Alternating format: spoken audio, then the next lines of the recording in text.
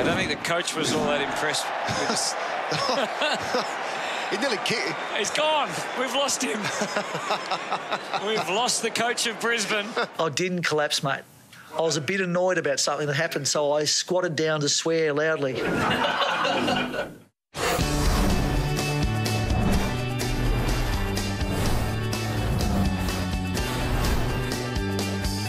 Footy does funny things to us all, for better and for worse, on the 360 agenda.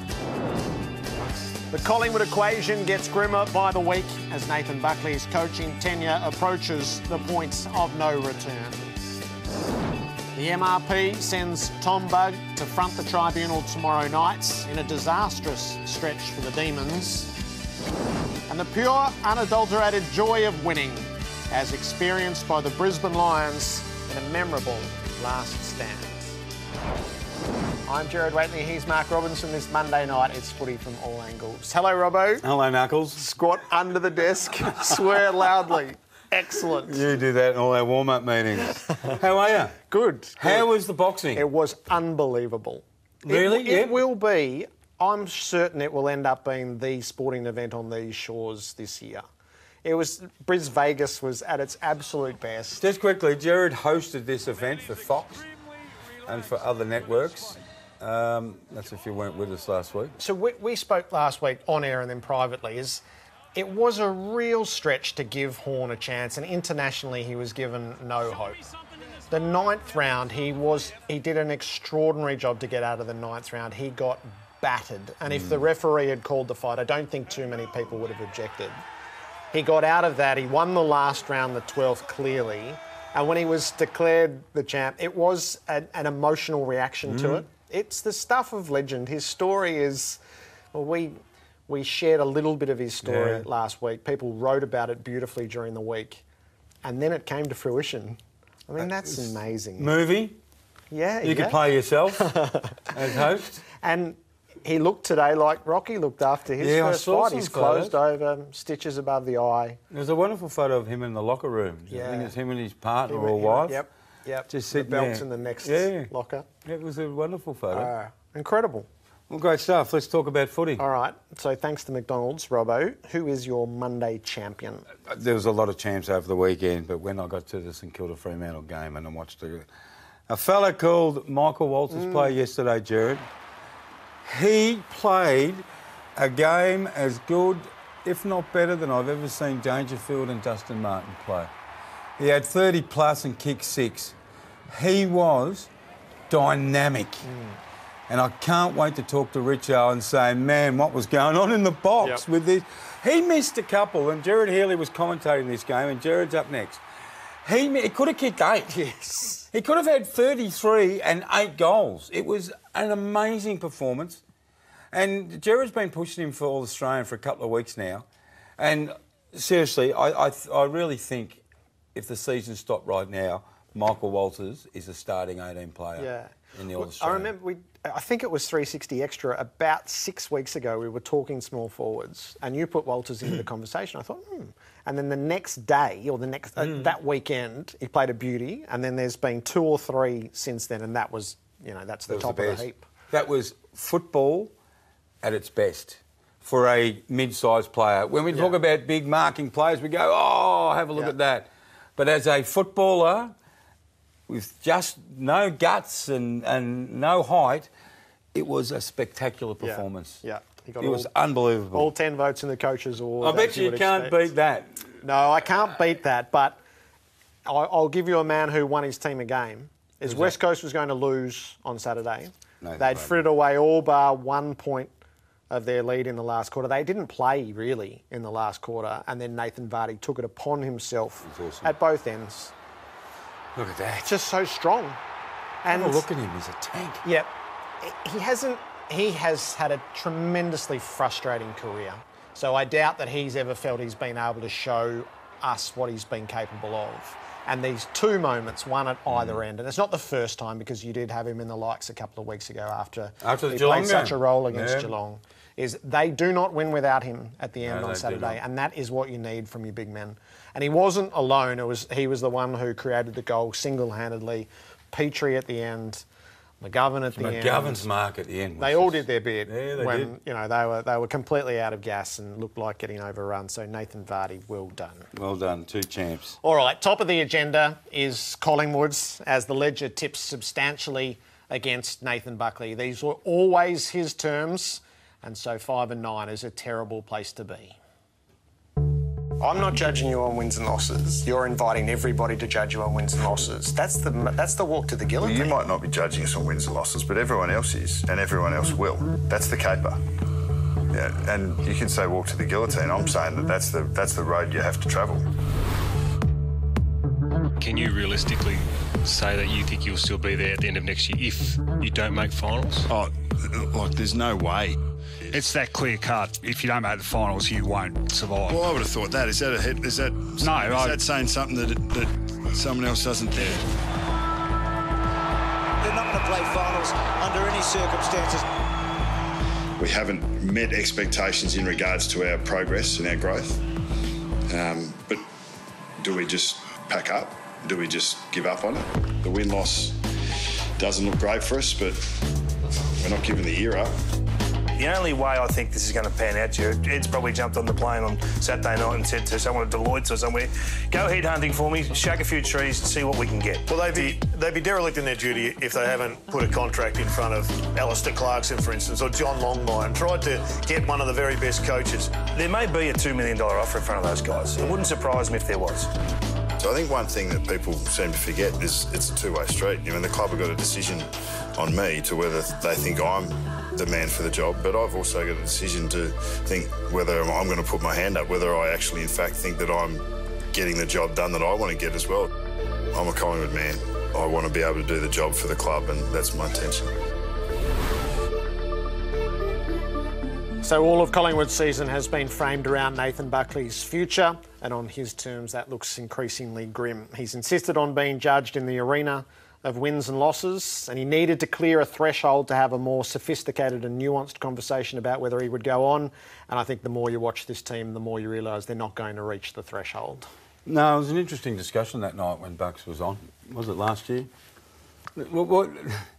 There's so much in football that goes to performance, but at the end of the day, it is about performance. You can be cuddly, you can believe in that you're getting close to where you want to be and you're less where you want to be, and I'm probably talking about Collingwood and Buckley here. At the end of the day, Jared, it's wins, losses, and that has gone against Bucks for the last 3-4 years. And what do you want us to say? I don't want to sit here and say this man should lose his job, because it's his job, and just listen to him. He spoke on Friday night on SEN. It was a really, really deep conversation. I feel for him because he loves the club and loves football that much. But Jared, the simple fact is, he knows football, but he might not know enough about coaching a team than is required. So they had a 5-week stretch when they were in form, but they lost the bookends. They lost to GWS and they lost to Melbourne. And that cost them any chance of being 6-6 or 7-5. And then after the bye, they've been poor. They were poor against Port Adelaide, and they got weighted out yesterday. Hawthorn set up to prey on their mistakes and just to wait them out, and they would eventually turn the ball over. And they turned the ball over. I spoke to someone today about this. They seem to like keeping the ball, but they're not skilled enough to keep the ball. So all these midfielders, and Sellers spoke about it last Wednesday night, Jerry. All these midfielders, they get big numbers, but you often ask, what are they doing with them? I mean, let's just... Again, we don't want to call for people to lose their jobs, but we won't be making that call. The Collingwood board will be making that call. And at this stage, I don't really care if Collingwood reappoint Nathan Buckley or not. I really don't. But if they do, they would want a damn good reason to show to the football members, the Collingwood members, why they're doing it. Because right now, there's only, from where I sit and what I see, there's only one decision, Jared. And that's that Nathan Buckley, he's in trouble. He's in real trouble. If it was his second year or third year, no worries. You're coming from a low... Even though you finished on the ladder, you cleaned out a lot of players, so that's the base you're coming from. But after 5 years and 15 rounds, what's the base? We're at the base now, mate. Yeah. This is the lowest point they've been in Nathan Buckley. They're 15th. 15th with 5 wins and that was round 15 just gone. How they do it? How do they do it? Buck said on Friday night that he will fight hard for his job. Yep. So he's not in the mind frame at the moment to say, I don't think I'm getting the best out of this group. So that's not happening. So does there come a game? What do you think? Does there come a game? They play Essendon this week. So I think there are a couple of... I don't think there will come a day... What have they got? Essendon and Gold Coast. I don't think either of them... Yes, yeah. An 80-point thrashing ends it, mate. Totally fell out. Yeah. But they haven't played in the manner that the bottom's going to fall out. They're just patently not good enough. So I think there's a difference between those two things. No, there is a difference. There is a difference. I think it's sort of the count to 11 losses to where you're not going to make the finals. And I do think this will probably push into the last month of the season.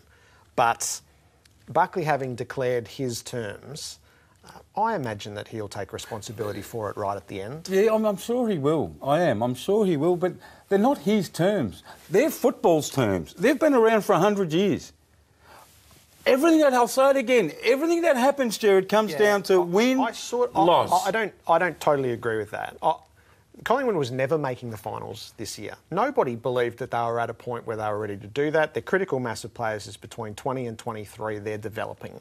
They set the terms on making finals, and it was unnecessary. And they're going to end up hanging for it. And that's the... We can't hang them on words, overly mate. ambitious club that didn't face up to the realities of where they were and what the likely steps of progress were going to be. But they can't sack a guy because Gary Pert and Eddie Maguire believe that they're good enough to play finals. No, but Nathan Buckley put himself in that camp too. But they've got to... But there's That's got to be judged on reality. Well, their reality was they weren't making finals this year and they didn't face up to it at the time when they could have. Now, that's not to fly the white flag and go, we can't achieve anything, because you don't put a cap on what you can. But there is an incumbency to be realistic. Where is our list at? What are we trying to develop? And then what did we do to it? And what happened in the off-season, which I don't think it actually sits in Buckley's portfolio, is catastrophic to where they put themselves. But they're on a path steadily, and they're just patently not good enough now. What hurts Nathan Buckley is Luke Beveridge coming in and doing what he did. Alan Richardson is coming in the second, improving their team. Who else is that? Don Pike. Grabbing Adelaide, who are not a bad team, and taking up to that next step. You've got to be taking finals. Yeah, they were in finals, but you've got to plot a course north, and they have been plotting a course south. I don't dispute that. Can I ask you a question? And I'm not picking at you or anything.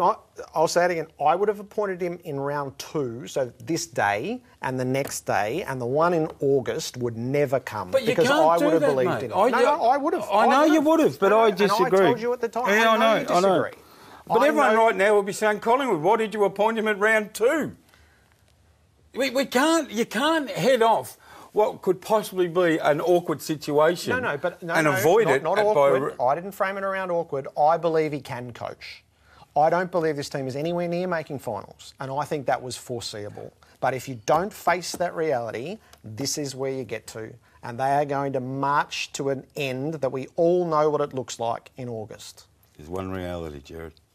That graph has gone boom, and they're at their lowest ebb right now.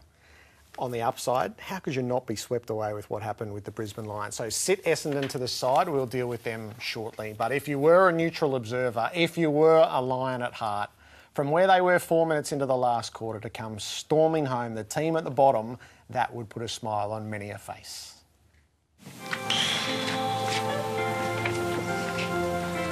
Just trying to calm down. That was pretty exciting for us, where we've been. And how good is that? How sweet the taste of victory for Chris Fagan. It's a great day for our footy club. I mean, we've got a lot more work to do to become a side that can be respected in the competition, but it's on the back of wins like that people start to recognise that the young group's really improving. Sensational for the Brisbane Lions. It's an amazing victory. Where they were at quarter time, when you're getting belted every week like they have been for a fair period of time, getting close occasionally, you just sometimes need a bit of victory to justify all the hard work. We didn't have this many wins last year, so the boys are absolutely wrapped at the moment. It's really exciting. I guess all the young boys are getting a bit of nourishment. Really enjoying the win, so it's massive. I wouldn't say the word culmination because that's the culmination of a whole lot of great work. Because at some point in time you might win a premiership, but in our history, in the last 6 months, today is a very important day. There's a lot of excitement about the future of the line. How good were those scenes? Oh, that was some of the most joyous scenes this year. Yeah. And we've had a wonderful year. He smiled, Jared. It was just so big. He hugged all the players. It was a hug-a-thon, someone said on the weekend. I thought, yeah, it is. His hug with Tom Rockcliffe lasted a little bit longer than just a normal coach-player hug. I mean, I think they got great respect. I think Tom Rockcliffe is going to stay at that football club. That's what I could read out of it. Just the emotion coming out of all these players. We can't even imagine, Jared, what it's like to be a new coach, 55, go to a team, win the first game, get munched for the next 13 weeks, and then go on the road and come back from 5 goals down to win by 8 points. The conversation changes at the Lions from Fagan to his players. This is what we can do. This is not what we're trying to do. This is what we can do. And it just helps. Yeah. That's all. It just helps these young fellas. They've had a couple of quarters at that ground at Etihad. The second quarter against the Bulldogs and then the last quarter against Essendon. Is there going to be a team that plays well there? I think there'll be something to really deal with because of the speed at which they play, the way they can whiz the ball around when they're going, in the small moments where they're going, and those will increase. And then the weapons the young weapons that they have. And McStay, Harris, Andrews at the back. Yeah. Louis Taylor's playing the best football of his career. Zorko's a star, mate. Yep. He's a legitimate star. Him and Michael Walters, they're going to get all Australian, I think. There was one great photo that popped up on the Lions Twitter account with Alex Witherden. Oh, yeah. Bernie Quinlan and Gary Wilson. So they're now the new number 29. Talk about Fitzroy royalty in Gary Wilson and Bernie. Both of them. You know, but this is what we want to see, I think, as Lions, as general football supporters and lovers of the game. We like that. We want history marrying into the present. Young kids standing next to just royalty. Yeah. And then the start of hope, because hope's been missing there for a while. On the Essendon side of things, as they gave up a game that they never should have at their home ground against the team who's on the bottom of the ladder. So there's no escaping that, and the captain didn't seek to excuse it today. From my point of view, I think we, individuals and as a team, we played quite a selfish game. And for me, that's really out of character from this group. This one yesterday, I'm really confident that was one out of the blue, one out of character from a lot of us, and one that we can stamp out really quickly. So I'm really looking forward to a great response next week. We definitely let ourselves down, let our fans down, and let the club down, but don't worry, my chin's well and truly up, and I'll be looking forward to dragging this team out, and we're going to bounce back next week. So 6 and 8, having lost 2 in a row that they should have won. Not out of character. This team is so inconsistent. Their best is pretty. Their worst is their worst is pitiful, because they go from being a good team, an attacking team, to a team that lays down. Oh, it was so disappointing to be an Essendon supporter. It was just so disappointing. All you want to ask, and you want to hear it from the coach, where's the fight? When the challenge comes, and the Lions challenge came with an almighty roar, Jared. That's fine. That happens every week in every game. When do you stand up and say, no, we're not going to let the bottom team on the ladder kick 5-6 goals in the last quarter and we're running around with chooks without a head? They get ahead of themselves. They think they're going to win. And you know what they start thinking when they're going to win? Like everyone does in all forms of football, you start cheating. You start running wide. We'll win that. I'll get out here. I'll do the glory stuff out on the outside. They just didn't knuckle down as a good team from go to woe. They relaxed because they thought they were going to win. What a mistake. What an amateur mistake. And that's where they sit. They're 6-8 and they've got the battle now, Jared. Yeah, well, those 2 weeks have cost them their chance to play in September. If they'd been 8-6, now they face that task and they don't look good enough to win 6 out of 8. No, they don't. They're just not consistent enough. The Melbourne side of things, this has been a disastrous round, really, with Jack Viney out for between 4 and 6 weeks, having undergone foot surgery today, but specifically the moment early on Friday night, which really betrayed a man and his footy club. So I saw the footage and it does look really bad. You know, I'm a bit embarrassed. Oh, Tom Bug. Now what's happened? Now, this kick will come back. Oh, he's out too. Bug has punched Mills in the jaw. There's a left jab. I think he's in trouble, Tommy. Actually, it's a really ugly moment when you look at it more and more. I'm not very happy about it, but we can't say too much about it. A pretty cheap shot, so look, it's not a tough act. I'm sure he'd be pretty remorseful for it. It's not something you want to see one of your teammates get dropped behind the ball. Yeah, there's no place for that in the game. I don't know if it had a great impact on our team, but it's clearly not how we want to be seen as a footy club. I tried to speak to him after the game, but could understand that he probably didn't want to speak to me too much. But I just hope for him and his family, that he gets better and he can play next week. So the formality today was to send this to the tribunal tomorrow night. The match review panel did its work as intentional high and high. So this is a 6-week suspension as a starting point for me. Yeah, it's going to be in that range. You just don't know. Chris Judd's written a column about, instinctively reacting on the field. Thomas Bug spoke after the game. He didn't apologise. He said it was embarrassing. He looked at him, threw a punch, concussed him. Got ahead of himself, Thomas Bug. We were all laughing a couple of weeks ago what a pest he is. And he couldn't handle it. And so he took it to another level. And it was a bad level. And he knows that. So he's going to wear 5-6 weeks. The thing about Melbourne, though, Jared, that's the fourth player this year to get suspended for throwing punches. Now, I know Simon Goodwin wants to play on the edge, because all good teams play on the edge, but they've lost control, or they've lost knowledge where the edge is, because a lot of them are on the other side. He had to deal with Thomas Bug. He did radio interviews on Saturday. He spoke in the Postmates Friday night, and then Saturday evening, Sam Landsberger, who's having a really great time at the moment in his job, breaks that 4 players were suspended or couldn't get senior selection because of drinking the week before. It all adds up to issues, mate. Do you agree with that, or yes. I think once you put a whole sequence of things in together and go, they're not the team that Goodwin preaches that he wants them to be, and it takes a while to become that. I'm sure. I don't doubt that for a moment. But you are entitled to skip the words and judge the actions. And right now the actions don't match what Goodwin is preaching internally or externally. But they'll get better at it. Yeah, it's on them to sort that out. And we see developing teams go through this. And then the penny drops. And that's sort of the moment where the selfishness is taken out. And you realise that you don't indulge in those personal moments. You commit to the good of the team. And once that happens, that's usually the last thing, isn't it? Yeah, that's the last step to becoming a really consistently, sustainably successful team. They're not there yet. No, they're not. I just want to say one last thing on this. I've criticised Mick Malthouse a couple of times over the year. Mick Malthouse speaking on this subject on SEN Saturday afternoon. Get a chance. I know you were in flight or wherever you were. Get a chance and listen. He summed it up perfectly for a man who's played plenty of final series and big games on Friday night, and the attitude that you need.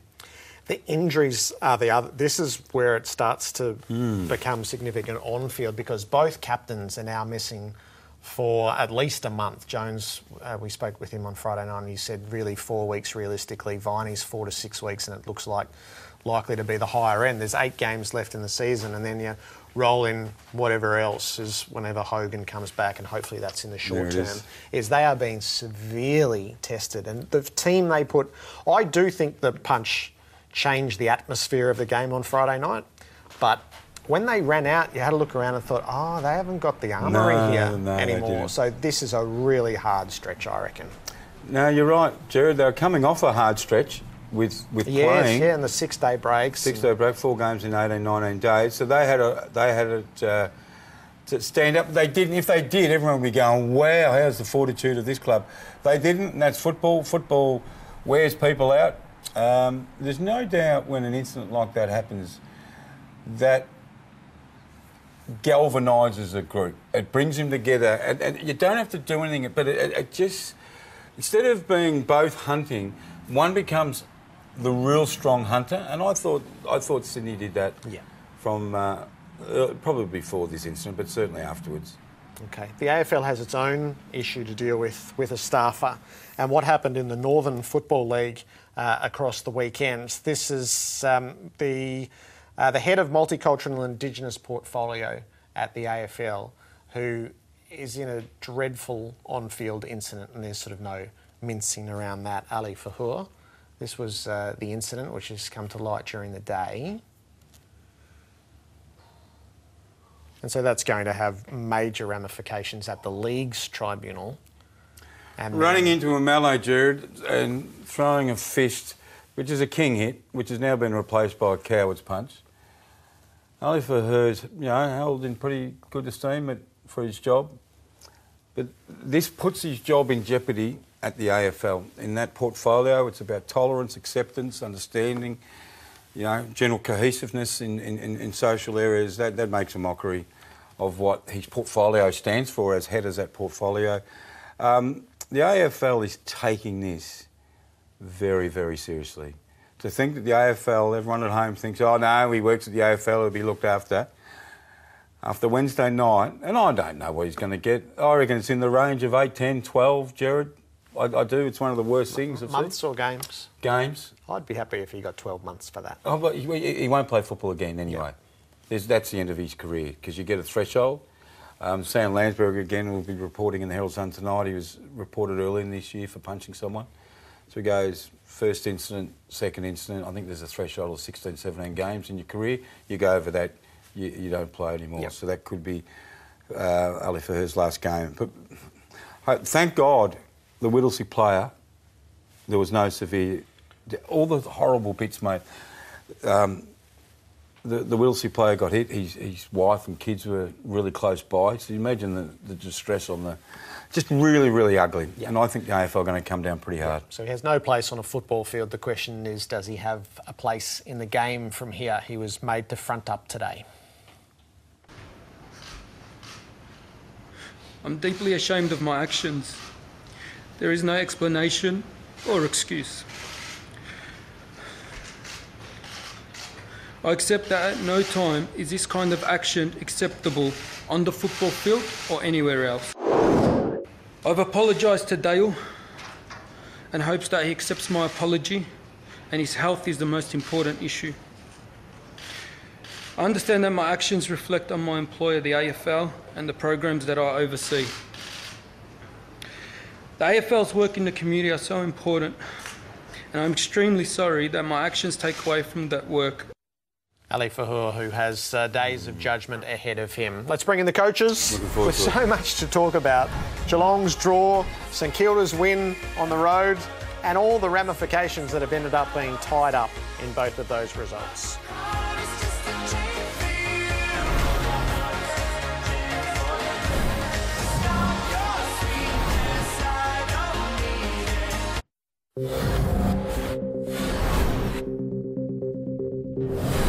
Close Shave, brought to you by the new Gillette Pro Shield, available at Chemist Warehouse.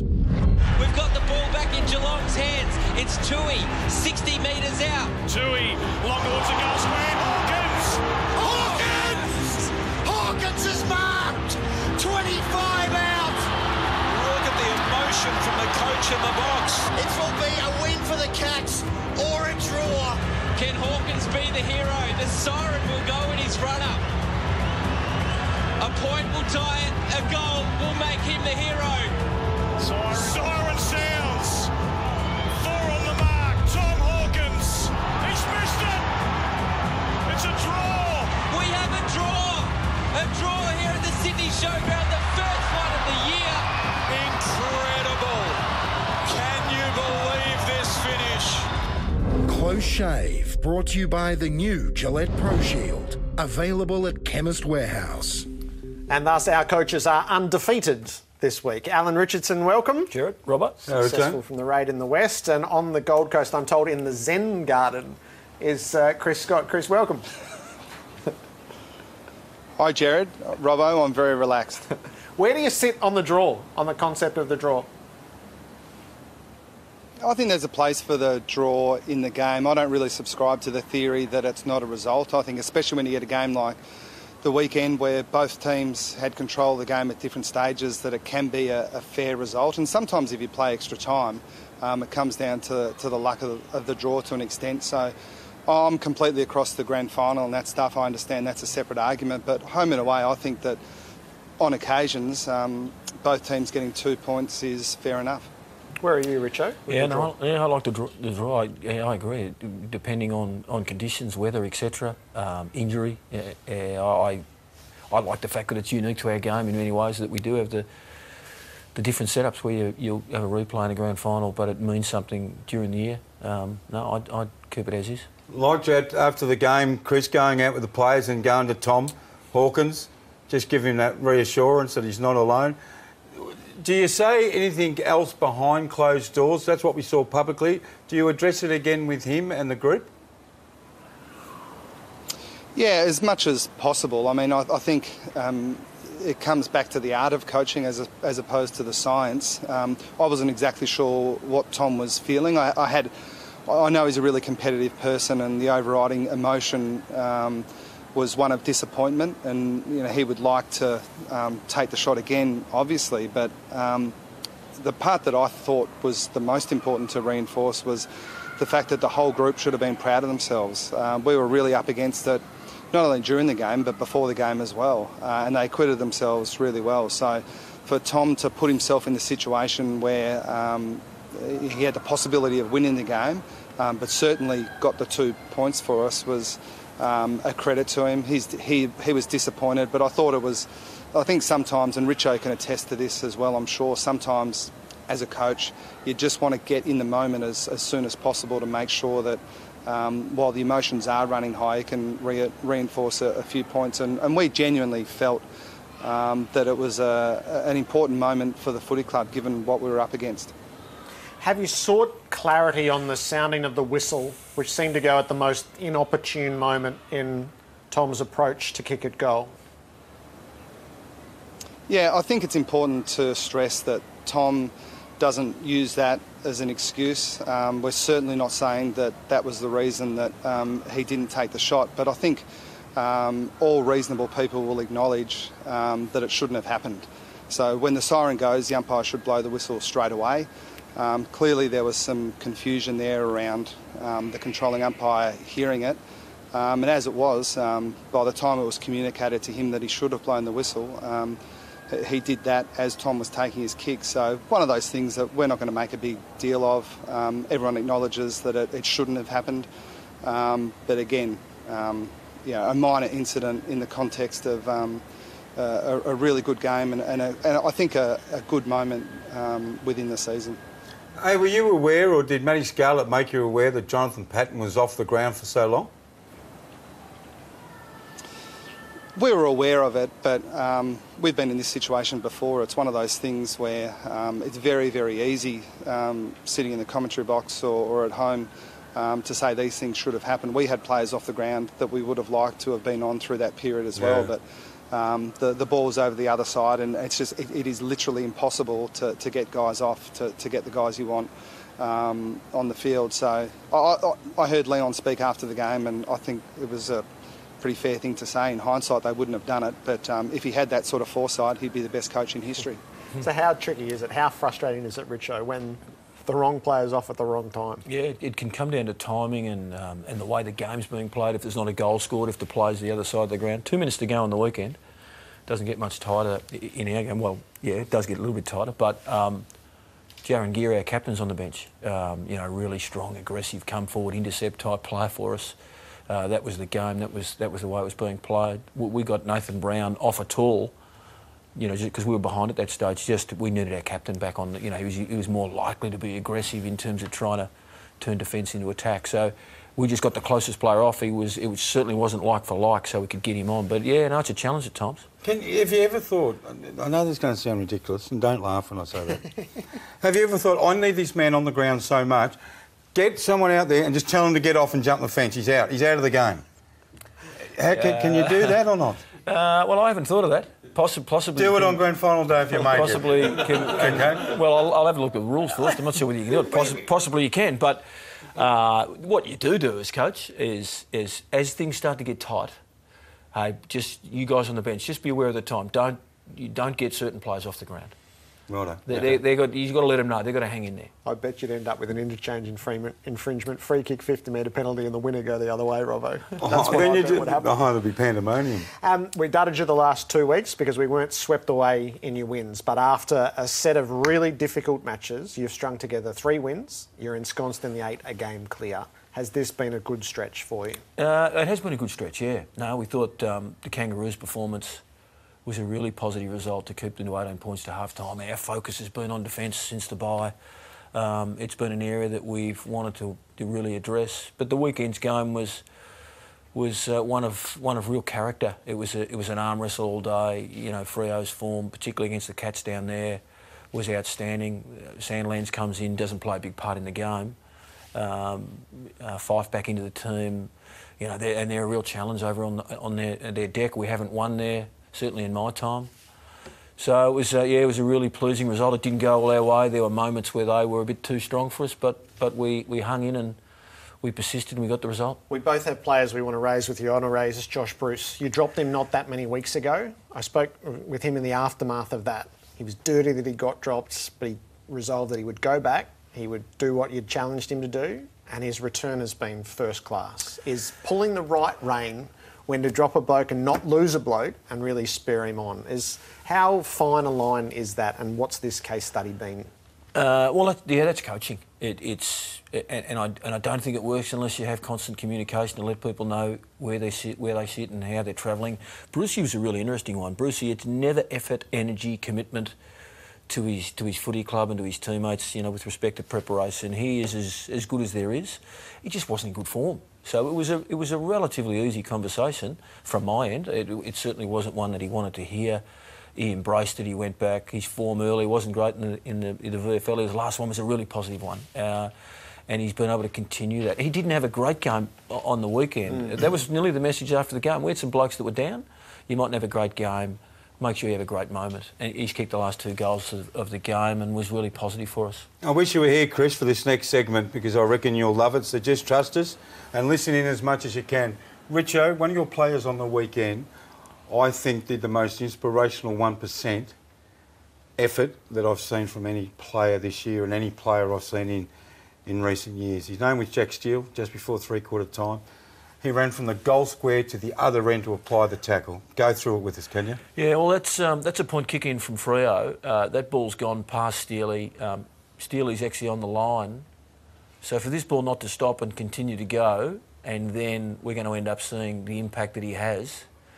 So this is 50 seconds to go before 3/4 time. They're 5 points up. That's him there chasing him down. So he tackles. No, that's a massive play. Now, your call on the most inspirational. I think some of the stuff that we've seen from Joel, those really physical actions. Yep. Young Loney did a really good one for us just after half-time to go back with the flight of footy. They potentially have a bigger impact on the players because the players won't know where Steely's come from.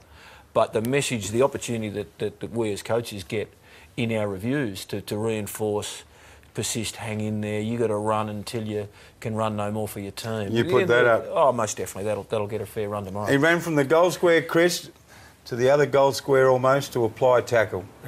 It was remarkable stuff. 1 of 17 for the game. 17 tackles for the game. 17 tackles. He was... Blighty wouldn't be happy, but they were big. Yeah, no, it was good. You've got some MRP issues. As Jimmy Webster's come back as a serious one. Unreasonable and unnecessary contact to the eyes, intentional, medium and obviously high. So this is 3 weeks down to 2 if he pleads guilty. What, do you know what the intention here is? That's Subin. Subin had been doing a really good job on Jack Stephen. Jimmy clearly had got frustrated. I got really frustrated afterwards because there's a shot. Ballantyne's going to have a shot from the boundary line. This was a 50-metre penalty paid against Jimmy, so I was disappointed initially with that he wasn't able to control his emotions. That's not good. That's not good. His intent was not, as it seems, you can't jump a punch. You know, that doesn't happen anymore. He's trying to remonstrate in a way that he clearly didn't get right. As soon as you put your hands near anyone's face, you're asking for trouble. He's put himself in a position now where potentially he misses games and we're disappointed in that. He's become a very important player for our team and for our club, and so... What do you mean potentially? You thinking about? Oh no, we'll have a chat about that. I mean, I've spoken to Jimmy, and so I know what Jimmy's intent was. Now, it doesn't look good, and we all know there's the risk reward, and it's very unlikely you can turn things around. And as I said, we think Jimmy's done the right thing, having his hands that close to someone's face. So we'll weigh that up in the morning and make a call. Jack Stephen has picked up a second fine for a body punch, so I think the rule still is third and you're out. So next time around he would get suspended. Yeah, no, he's going to have to get better at this too, Jack. As you've already pointed out, Jared, it's a couple of times. We know that Ballantyne's good at getting under your skin, and he's also good at making sure that the umpire sees whatever you do to when it is you remonstrate. But no, that's Jack's got to find a way to work through the tag. You're right, it's been a couple of times. He's going to end up missing games if he keeps doing it. We can't afford to have that. Jake Carlisle's forking over money. He could have, if they'd thought about contact with an injured player, it would have been $1,500 down to $1,000. They nailed him with instigating a melee and participating in a melee for a second time, so he's $5,000 down to $3,000. So I think they found the way to land the biggest monetary penalty. Why did he do that? I thought it was just two blokes going for the ball. Yeah. No, I don't know. I actually haven't spoken to... I spoke to Jake afterwards, more bigger picture. Hey, mate, we just can't be given away. He was in that melee that ended up seeing a 50-metre penalty that was going to be from the goal square. It ended up getting turned again. So I was disappointed with that. And he had a really strong game, Jake. He's playing good footy. So just make sure that when you're in that moment, it's not just about you, it's about the team.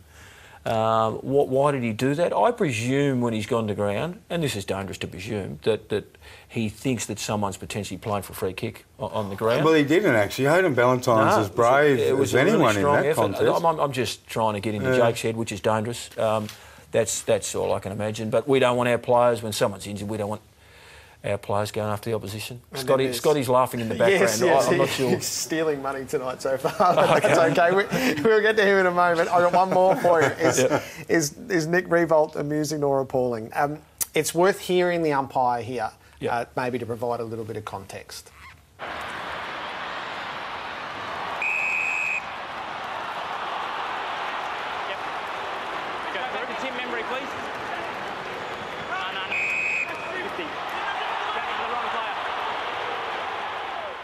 Well done, AFL. To Membry. Well, from a coach's perspective, when someone picks up the ball from the opposition, or if he's your player, you're saying, hey, mate, you've got to make sure that goes back to the person. And particularly when the umpire tells you who it goes back to. And I heard Ross in the presser afterwards, he said as much. It's just a mistake.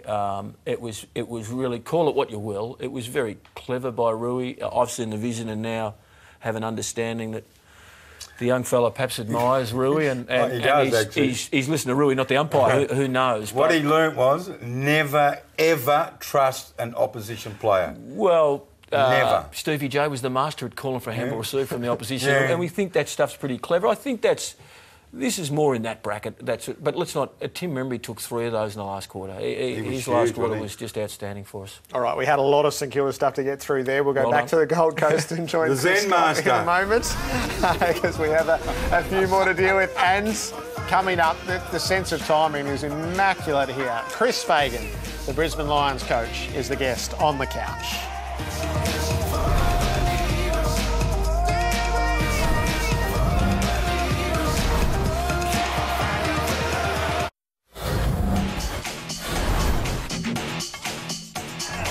192 games for the Cats, 108 for the Suns, 300 games that he has entertained. Riewoldt! He went for the ride of his life, Riewoldt, and Tyson Stengel can put it through. It's Carlisle, Ballantyne. Good contest. Oh, yeah. Carlisle let him know. He was injured then, Ballantyne, and Carlisle still gave him one. Oh! Brilliant! Ainsworth. Ruffy, he's done it. He did it in Sydney, and he's iced it here. Ben's getting back, needs it to bounce favourably. He scoots into the pocket and dribbles it through. Here's an opportunity for Vardy. The big man has done it. Low ball, got to get in front. All Jenna with the spoil, spills to Buddy. The bender along the ground. Unbelievable. Hipwood almost with the one hand, able to fend off Hartley. Left foot kick, close, goal! The pick of the action. We're still with our coaches. All right, Chris, where are you on the send-off rule and that prospect? No, I'm not really sure that that we should. I mean, I'm a big advocate for debating issues like this, and I think it's a good debate to have. But I suspect at the end of the day that there won't be any great need for a send-off rule. The only thing I will say is maybe in extreme circumstances, say in a final, a grand final, it would be nice to have that option, but only with the caveat that it should be used when you're absolutely sure. I think the risk of getting it wrong is just too great. Where are you, Richo? Yeah, no, I'm very similar to Scotty, so I would have it. I would have it that, particularly with the use of video now, that the umpires at least had that up their sleeve for something that was incredibly undisciplined, that caused serious harm to someone, that saw a massive disadvantage to a team. Yeah, I'd like the umpires to be able to have that up their sleeve. So is that one enough? Is the bug one enough early in the game? That would have gone pretty close, I reckon. Okay. Did you talk about it at Gill's Place? So, no, that didn't come up. There were many things that came up. That wasn't one of them. Right. Now, Chris, I've heard that you're going to Dreamworld tomorrow with Gary Ablett. Is that true? No, that's not true. Where do you go on Waterworld? Stephen Wells might be, I'm not sure, but no, we're up here for a little bit of downtime. There's no question about that, but the majority of the time here we'll be working. We've obviously got a big game. Brisbane played well on the weekend, and they can be really dangerous at home. So we accept that being up here opens us up to the accusation that we're in holiday mode. So I think that'll chasten us to some extent. I think the Sports Minister of Victoria wants you to meet with Gaz. Oh, sorry, I dodged the Gary one well, I thought. But, yeah, John's a Geelong supporter. I think he loves Gaz, but I'll distance myself from his comments. He acts as an independent in these matters. The Maddies match paraphernalia is here, Richo, and you've changed the red for purple. Yeah, really? It's my understanding is it's the first time in the club's history that the red stripe has been changed, and for a terrific cause. It's early in the week. My understanding is Rui's going to be on, but it's such a big game for our club. You know, the Ruiwald boys have done a great job for the right reasons. We encourage our fans to get along and get along early. Our expectation is that it's going to be a big crowd, and we really want everyone to be wearing the purple. We think it'll send a great message, support to the Ruiwald family, and support to what they're trying to achieve to you know, for such a great cause. They're doing an outstanding job. All right, so Jack's here tomorrow night. Nick is here on Wednesday night. Good on you, Richo. Chris, enjoy a bit of sun on the back before you get to the Lions on the weekend. Look forward to it. Thanks, Jared, Robbo. See you, mate. See you, Scotty. Chris Scott with us on the Gold Coast. Alan Richardson heading to the weekend against the Richo. Tigers. We'll tidy up next with a scramble, and we will be scrambling Richmond, and then obviously a focus with Jack Revolt tomorrow night, and an interesting conversation around Melbourne with Jordan Lewis.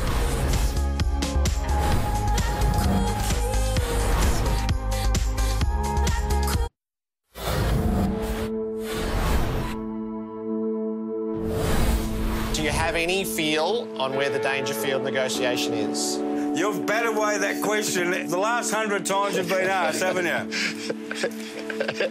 Yeah, I think I won't talk to other shows, but normally they go 3 or 4 times, so I was sort of had a pregnant pause then waiting for the follow-up question. I know that you don't ask questions. Jared said, I've got to try, and I said, yep, knock yourself out, but I don't think he's going to entertain it. So we had a bet over here who was going to ask the question, and everyone said, well, Robbo's the rat bag, so he'll do it for certain. And I said, no, Robbo and I get on okay. I reckon it'll be Jared. Rat bag? Impossible not to laugh. Rat bag. It's 2 years to the day since we lost Phil Walsh. He's a man that won't soon be forgotten in any football conversation. A 2-minute scramble, or what's left here, Robbo, it's Richmond, who probably deserved a little bit more on the clock, but... Oh, they did. They did. That was big. Oh, it was huge. It was a tough win. You go away interstate, scrap, get the points, come home, and you go, wow, what a successful period that was. It's funny, we've got to be careful. The last 2 weeks, it's, Melbourne can win the flag. Now everyone's saying Richmond can win the flag. The reality is, Jared, after round 15, there's about 8 teams or 9 teams that can win the flag. They really can. It's the season, what it is. We've got Richo. Jack's mark, mate, late in the game was huge. But this is not about Jack. This is about a team. This is about youngsters coming in and inspiring the older blokes and doing their role. It's about guys like Kane Lambert and Dylan Grimes, McIntosh, these so-called second-tier players who are playing first-tier football, mate. Yeah. It's a great story, but it's a long way to go. So I had a bloke at the airport rush me last night and goes, "Can the Tigers win the flag?" And I said, "They're in the conversation, and surely that's enough." Yes. They're in the conversation. Yeah. And what a It good was scene great. that It is was for Richmond. Jack great Reebok will win. be here tomorrow night. Now let's head on the couch with Jared Healy.